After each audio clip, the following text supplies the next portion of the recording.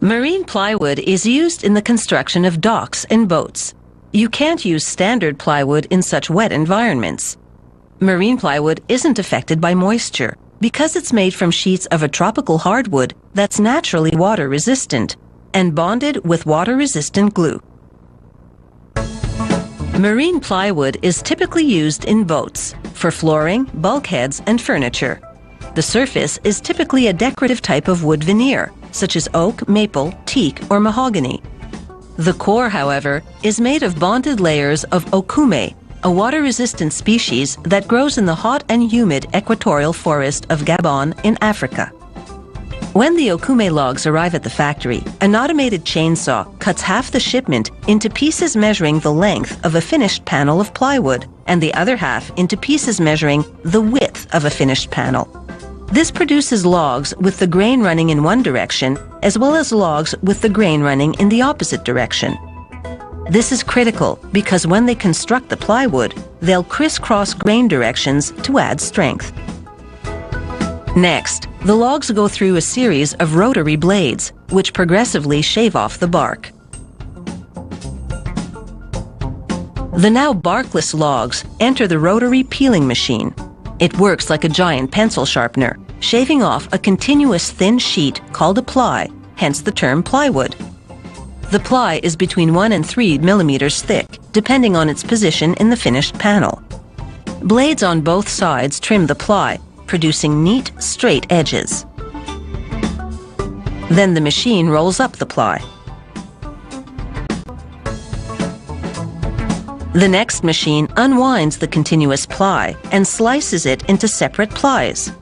If the log that produced this roll was one of those cut to the 2.5 meter length of a finished plywood panel, then this machine makes a cut every 1.2 meters, the width of the finished panel, and vice versa.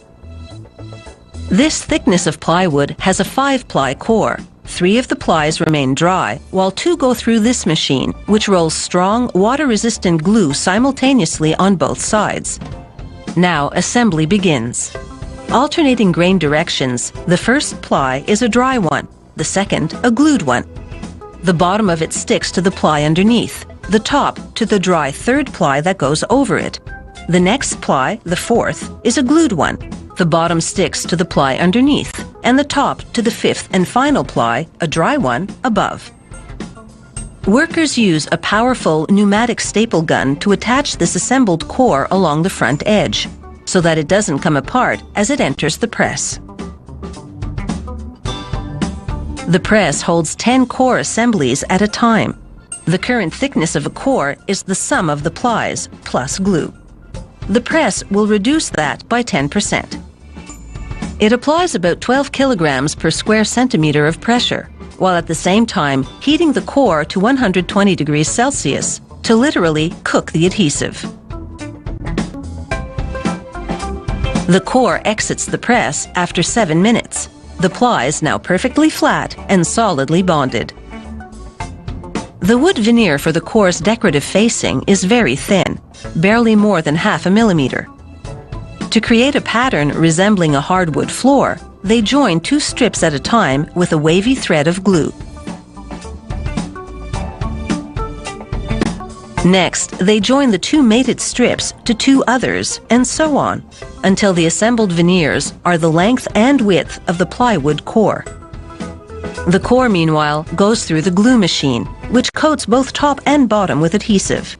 The veneer sheet is also glued, but on one side only. Workers lay the veneer glued side up, then carefully place the core onto it. A second veneer, glued side down, goes on top. The okume core is now sandwiched between 2 decorative wood veneers. The press applies the same heat and pressure as it did to the core assembly, but just for 1 minute. The result? A finished sheet of, in this case, cherry veneered marine plywood.